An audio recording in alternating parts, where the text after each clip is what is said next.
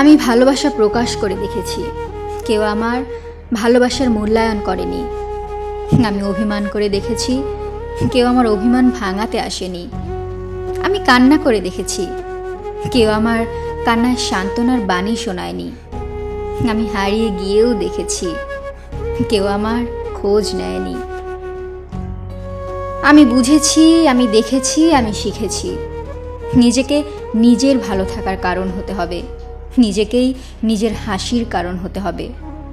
কষ্টগুলোকে আড়াল করতে হবে, ভালোবাসার প্রকাশ কমিয়ে দিতে হবে, অভিমান করা ছেড়ে দিতে হবে।